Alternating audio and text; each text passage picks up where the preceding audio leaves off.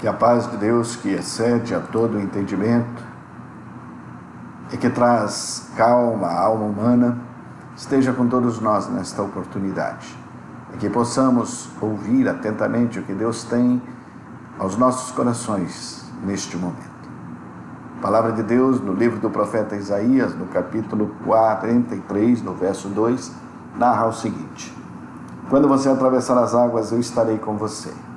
Quando você atravessar os rios, eles não o encobrirão. Quando você andar através do fogo, não se queimará. As chamas não o deixarão em brasas. Isaías 43, 2. Se Deus é bom, por que Ele permitiu o coronavírus? Essa tem sido a pergunta feita por muitos nos dias atuais. Na verdade, sempre que uma tragédia de grandes proporções acontece em algum lugar do mundo, nós ouvimos indagações dessa natureza. Por que isso? Por quais motivos Deus permitiu isso? Pois é, tragédias são inevitáveis e também são indescritíveis. As tragédias não têm hora para chegar, não pedem licença, e sem que as autorizemos abruptamente, elas invadem a nossa vida, interrompem os nossos sonhos, mudam os nossos projetos, mexem com os nossos ideais. Eu digo mais, as tragédias nos provam. As tragédias nos sacodem existencialmente, violentam nossa alma. As tragédias possuem a cruel capacidade de sugar de nossos corações a expectativa de um mundo melhor. E isso, Covid-19 tem feito com eficiência e propriedade. Muitas pessoas estão perdendo a esperança. Muitas pessoas tiveram que mudar drasticamente o seu projeto de vida, a sua forma de existir. E para piorar ainda mais a situação, nós vimos nesta semana o nosso presidente da República em rede nacional minimizar a pandemia em nível tal que parece que todos ao redor do mundo estejam vendo coisas que jamais existiram. A palavra de nosso presidente coloca em risco todos os brasileiros, porque sugere que as crianças e trabalhadores voltem à vida normal. Sugere que as crianças e trabalhadores voltem à convivência social e aos afazeres normais do dia a dia. Contrariando tudo o que os especialistas e autoridades sanitárias do país e do mundo inteiro vêm pregando como forma de evitar que o coronavírus se espalhe, o nosso presidente sugeriu atitudes que contribuirão para colocar nossa gente nos braços da morte. É por isso que eu quero, neste momento, que paremos para pensar em como devemos encarar um momento como este. Certa vez, um jovem caminhava por um parque quando viu um casulo preso no tronco de uma árvore. Curioso, ele se aproximou para melhor observar e notou que uma lagarta estava passando pela metamorfose. Estava passando pelo processo onde a lagarta se transforma em borboleta. Ele achou aquilo fantástico. Decidiu observar o processo com maior cuidado. Dia após dia ele parava no mesmo lugar para ver o que tinha acontecido com o casulo. O tempo passou e o rapaz percebeu uma pequena rachadura no casulo. Era a lagarta lutando bravamente para se libertar. Ele então ficou intrigado com a dificuldade que o inseto enfrentava e aos seus olhos parecia que a lagarta não conseguiria vencer aquela crise. Então, sensibilizado, ele resolveu dar uma mãozinha para o pobre bichinho e abriu o casulo. Com isso, o inseto saiu facilmente e caiu no chão. Feliz por ter ajudado o inseto, ele se abaixou para ver como estava a lagarta. Porém, para o seu espanto, ele viu algo muito estranho. O inseto nem era lagarta e nem era borboleta. Era um bicho estranho, com asas atrofiadas, que logo morreu. Ele ficou muito decepcionado, pois ele viu que ao tentar ajudar a lagarta, ele a impediu que fizesse o esforço necessário que só ela poderia fazer para dar início a um novo tempo em sua vida. A lagarta passou por um momento de crise, porém, por não ter completado o ciclo da crise, ela não pôde amadurecer o suficiente para se tornar uma borboleta. Se não fosse a atuação daquele rapaz, o fim dessa história poderia ser totalmente diferente daquele que acabou tendo. Nós estamos vivendo em tempo de crise. A atualidade é uma época de absorvente interesse para todos os que vivem. Governadores e estadistas, homens e mulheres que ocupam posições de confiança e de autoridade, homens e mulheres pensantes em todas as classes, têm fixa a sua atenção nos fatos que se desenrolam ao redor de nós. Essas pessoas observam a intensidade da crise que está tomando posse de todo o globo terrestre. Reconhecem que algo grande e decisivo está para acontecer, ou seja, que o mundo se encontra à beira de uma crise estupenda. O mundo, ao longo da sua história, passou por diversas crises e atualmente está passando por tantas outras. São crises ambientais, econômicas, sanitárias, políticas, sociais. E é por isso, então, que nesta oportunidade trazemos à tona, mas por que Deus permite que isso aconteça? Eu não quero ser simplista ao tentar explicar as tragédias, até porque nem sempre nos é possível fazê-lo. Todavia, as Escrituras Sagradas nos apontam para um Deus soberano que tudo sabe, que tudo vê, e que nas entrelinhas da história nos ensina a confiar exclusivamente nele. Desta forma, Deus tem frequentemente permitido que certas situações cheguem à crise.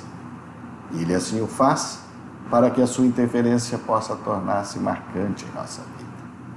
Ademais, a Bíblia também nos mostra que, devido ao pecado de Adão, a humanidade e o mundo sofrem as consequências do pecado. E observe bem, eu não estou falando do pecado como falam alguns arautos da atualidade, querendo sugerir que o coronavírus só apareceu porque no carnaval brasileiro a imagem de Jesus Cristo foi deturpada.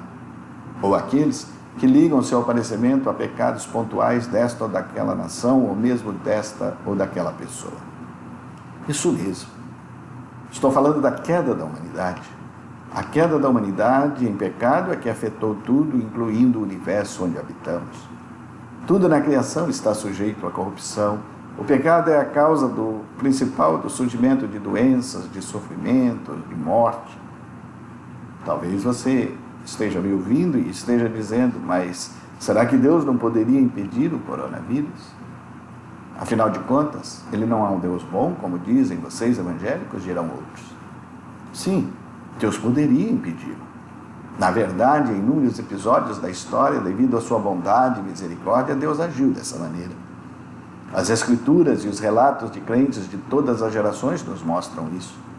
Contudo, Deus também usa tragédias e dores como um amplificador da sua voz. E quando Ele assim o faz, Ele o faz com o objetivo de mostrar à humanidade a finitude da vida. Ele o faz a fim de que a humanidade perceba a necessidade de voltarmos ao Criador arrependidos e confessando os nossos pecados. E você pode estar se perguntando ainda, mas que pecados cometemos que sejam tão graves pelos quais tenhamos que pagar tão alto preço? Olhando para o que acontece no mundo inteiro, para o que acontece no Brasil, nós vemos que o domínio do mal é gigantesco. Olhamos à nossa volta e o que vemos? Vemos corrupção, vemos violência, vemos maquinação de toda espécie de males, abandono quase completo de Deus, egoísmo, egolatria, o hedonismo, o individualismo exacerbado, a falta de amor ao próximo. Enfim, o predomínio do mal em todas as suas mais diversas manifestações nos mostram que o avanço dessa epidemia está ocorrendo por conta da nossa irresponsabilidade social e cultural, que nos permite egoisticamente continuar pensando somente em nossos próprios interesses e nossos próprios cuidados. Não é por acaso que ouvimos muitos fazendo coro com o presidente da República e querendo voltar à vida normal. E agem dessa maneira somente por conta de questões econômicas, por conta dos riscos pessoais que estão enfrentando, e creem que se ficarmos em casa, embora evite a proliferação da epidemia, podemos correr o risco de irmos à falência. Estão pensando tão somente na economia. Por fim, eu quero lembrar que o Deus revelado nas Escrituras não é um déspota masoquista que tem prazer na dor e no sofrimento da humanidade. O nosso Senhor usa as agonias, usa as angústias da vida no intuito de que a humanidade enxergue a sua fragilidade. Ele usa as agonias e as angústias da vida para que nós possamos perceber a nossa finitude, para que nós possamos nos sensibilizar com o nosso estado de rebelião para com Ele, para com o próximo. O nosso Senhor usa esses momentos de crise para que entendamos a necessidade de nos voltarmos ao primeiro amor, ao primeiro e verdadeiro amor. O amor que nos faz nos reconciliar com o nosso Deus e com o nosso próximo. Quando estava próximo da sua crucificação, Jesus ficou com o coração conturbado por saber que a sua hora estava chegando. E isso acontece conosco também quando estamos próximos da dor e do sofrimento. Ficar perturbado não quer dizer ser perturbado. Ou seja, é algo passageiro, não é permanente. Jesus passava por uma crise quando ele dizia aquelas palavras, mas mesmo assim, ele sabe que se pedisse a Deus para tirá-lo daquela situação, isso tiraria dele também a possibilidade de salvar a humanidade. Desse modo, eu quero desafiá-los a pensar de uma forma diferente nesta oportunidade, para que não peçamos a Deus para que nos afaste do mal, mas que não peçamos a Deus para abrir o caçulo para nós. Ou seja, nós não vamos pedir a Ele para nos livrar da crise que estamos passando. Caso contrário, isso poderá nos tirar a oportunidade de começarmos de forma correta uma nova etapa da vida que Deus tem reservado para nós. Em vez disso, nós vamos pedir sabedoria para lidar com as situações difíceis. Em vez disso, nós vamos pedir força para que nós abramos o nosso casulo. Lembremos o que a palavra de Deus nos ensina em Tiago 1, 2 a 5. Lá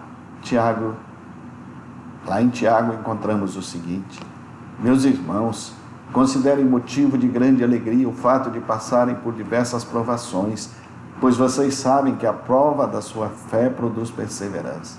E a perseverança deve ter ação completa, a fim de que vocês sejam maduros e íntegros, sem lhes faltar coisa alguma. Se algum de vocês tem falta de sabedoria, peça a Deus que a todos dá livremente, de boa vontade, e lhe será concedido.